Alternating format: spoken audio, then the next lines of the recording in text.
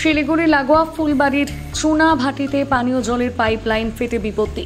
শনিবার অর্থাৎ আজ ফুলবাড়ির চুনাভাটিতে পিএইচইর মেইন পাইপলাইনে দেখা গেল বড় ধরনের ফাটল, যার জেরে প্রচুর পরিমাণে নষ্ট হচ্ছে সকলের প্রয়োজনীয় পানীয় জল। এদিন এই জল সমস্যা থেকে শীঘ্রই মুক্তি পেতে জলের পাইপলাইনের ফাটল বন্ধ করার কাজ শুরু করার কাতর আর্জি জানালেন বাসিন্দারা। আমাদের এটা ফুলবাড়ি চুনাভাটি মোড় বলে, এখানে একটা পিএইচইর পাইপ হঠাৎ করে ফেটে যায়। এখান থেকে প্রচুর জল বের হয়ে যাচ্ছে। আমাদের এই জলের লাইন, যেটা পিএইচই লাইন আছে, এই জলটা আমাদের Siliguri medical college, Siliguri hospital এবং শিলিগুড়ি পুরো কর্পোরেশনে এই জলের থেকে সাপ্লাই হচ্ছে এবং চুনাভাটি থেকে সবগুলাই প্রায় হচ্ছে।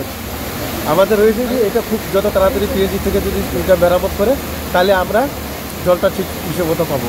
নাহলে আমাদের শিলিগুড়িতে একটা জলের বিশাল সমস্যা আছে, নাহলে আমরা জলের জন্য খুব একটা হাহাকার উঠে যাবে।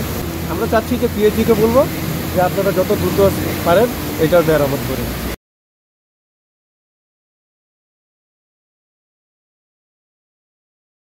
শিলিগুড়ি লাগোয়া ফুলবাড়ির চুনাভাটিতে পানীয় জলের পাইপলাইন ফেটে বিপত্তি।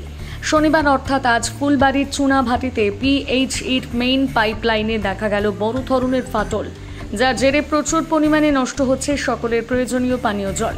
এদিন এই জল সমস্যা থেকে শীঘ্রই মুক্তি পেতে জলের পাইপলাইনের ফাটল বন্ধ করার কাজ শুরু করার কাতর আর্জি জানালেন বাসিন্দারা।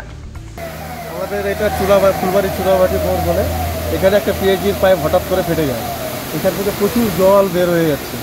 আমাদের এই জলের লাইন, যেটা পিএইচই লাইন আছে, এই জলটা আমাদের Siliguri medical college, Siliguri hospital এবং শিলিগুড়ি পুরো কর্পোরেশনে এই জলের থেকে সাপ্লাই হচ্ছে এবং চুনাভাটি থেকে সবগুলাই প্রায় হচ্ছে।